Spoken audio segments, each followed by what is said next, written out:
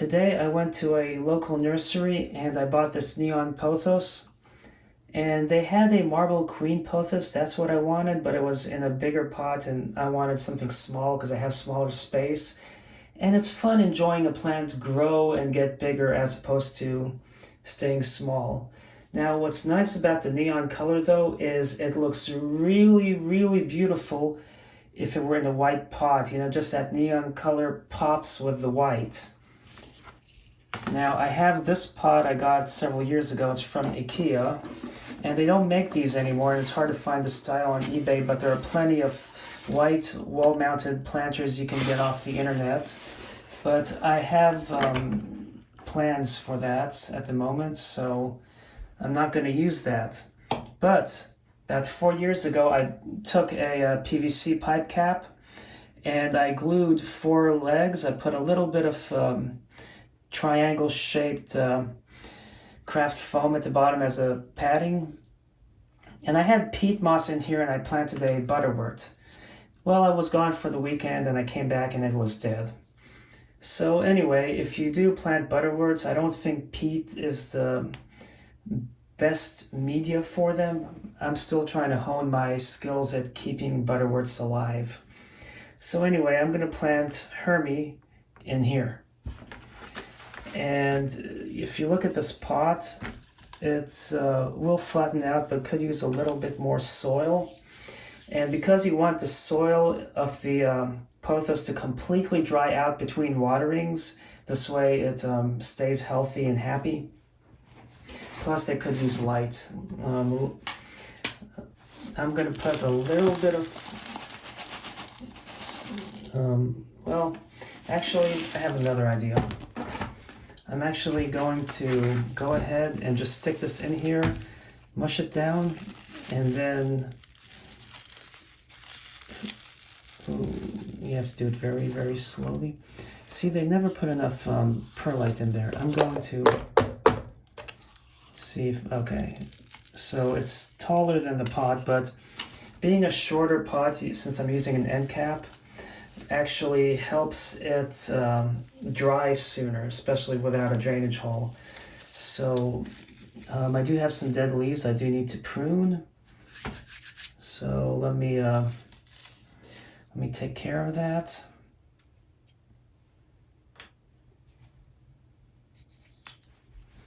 So let's see. Oops. Guess that was a loose piece. You know what, I'll just keep that for something else. Do I have anything here I need to prune? Nope, that's just right. Okay. So now we're set with this, and I can finish the potting process. Hopefully as I put perlite on the sides, oh, it's actually breaking apart and filling up the pot. Nice. Let me stick my finger. I could probably separate these into multiple little plantlets and watch it grow, but it's nice that it's actually filling up the pot. Just waiting for after COVID when I can be at the office on a more regular basis. I can have some of these plants I'm doing set up to go on the window. I'm supposed to get a bigger office with a longer window, so I'll have more room for plants now. They enjoy that side of the building when they're on the window. I had some plants there that were just thriving before I had to take them out.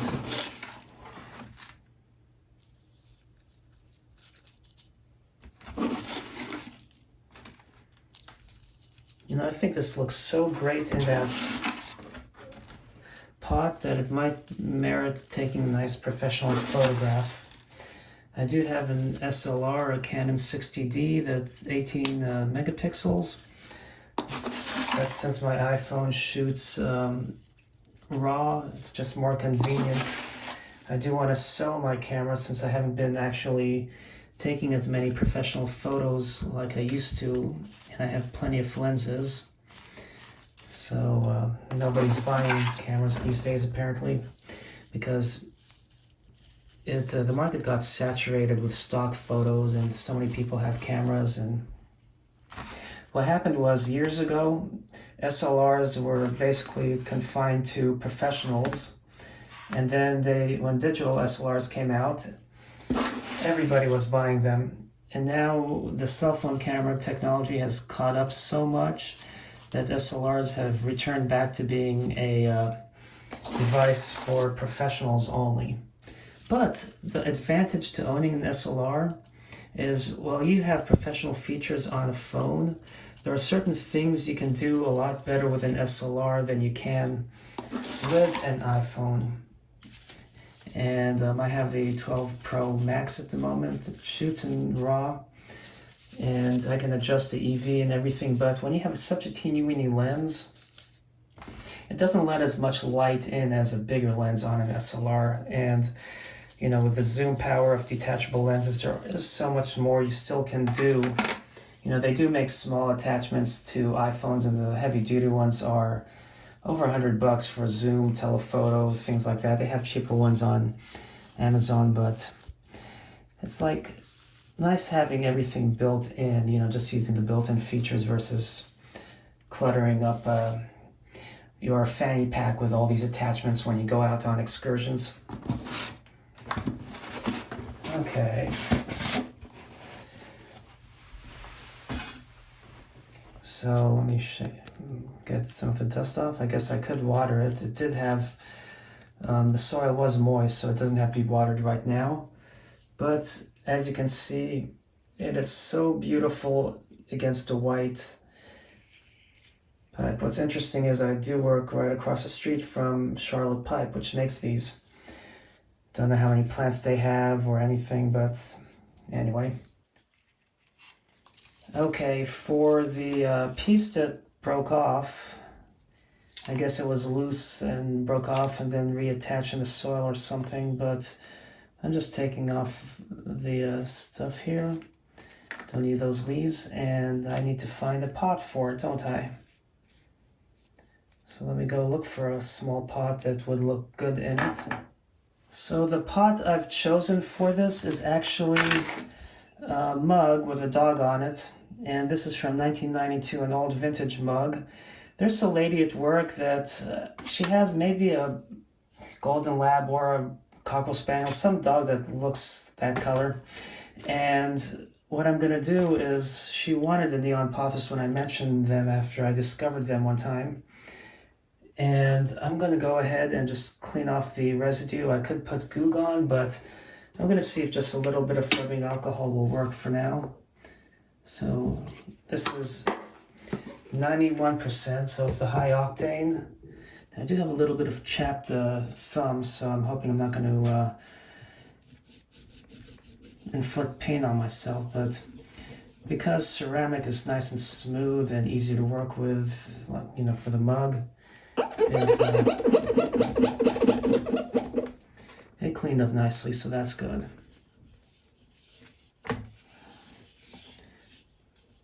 Yay. Now that dries quickly, which is good. Here I have 6 pieces of craft foam, which I punched holes in, and punched holes for padding. Now I don't know when the office will open and people will be back to normal, so it's going to be a while before I can give that to that coworker. But in the meantime, it can establish itself and look pretty in there.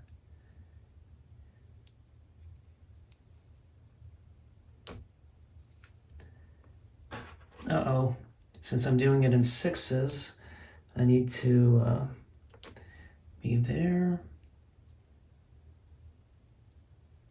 And here, or did I say in 6s, since I'm putting 6 tabs versus 8. 8 is easier to line up and have them across because you just do like a couple crosshairs, but 6 seems to be a practical amount.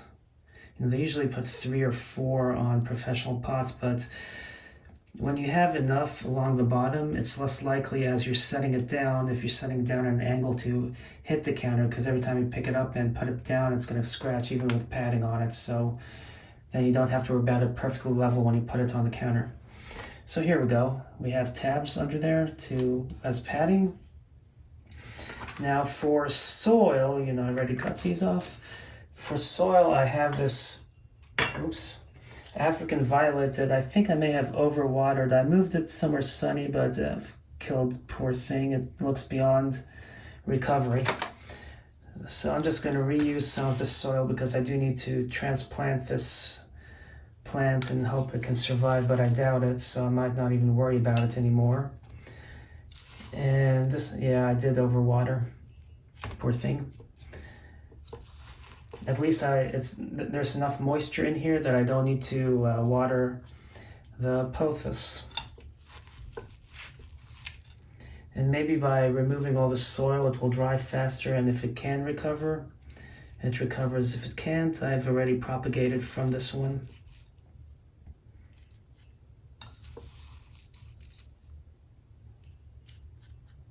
But also, if something's been in a pot for too long and the soil compacts, especially if you don't have enough perlite, it compacts more readily, then naturally it's going to stay soggy and choke out the roots. So that's why people mix perlite or even sand sometimes with the media. Sand, though, you want to be careful if you have beach sand. And sometimes you have to just wash the sand several times until you make sure all the salts are gone. Now, since I'm planning on giving this as a gift to a dog lover, I'm not going to fill this all the way up to the rim because if I do, it will naturally spill as I tote it to work. And she might not like if I water it. I mean, if she waters. I don't know. But, it does compact a little bit, so it's probably, I'm just overthinking. Oh, I need something to, let me get this out of the way.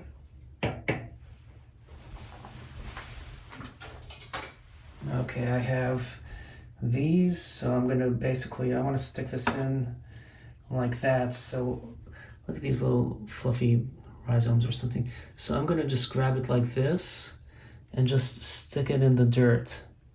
And then spread this out when I pull, and it's in there. That's the easy, bestest way to do this.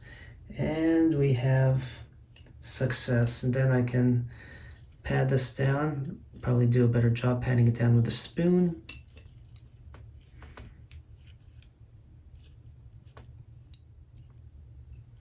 And you see as I patted it down what happened? It's already compacted. So I can still put a little more dirt in there. Plus because this is already wet, it's already soaked up water. It's not like dry and can easily compact more and then expand with soaking up the water. So I'm going to add a wee bit more of the soil to it.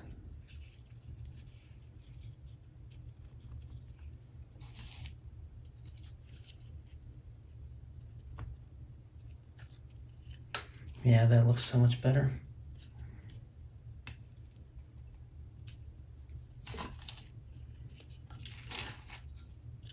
It's kind of funny because people sell cuttings of pothos for like $4 or $5 plus shipping.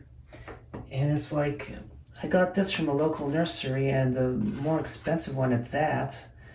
And it only costs $6. You can buy a big full one for like 10. So I don't know why or how people are able to, or why people buy that. But, I guess if you want a small cutting and to watch it grow and you have nowhere near you, then it might be practical. But something like a pothos, it's so generic.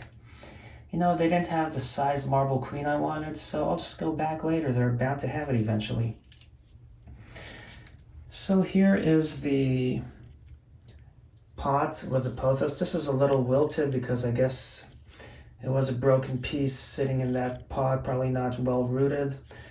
And anyway,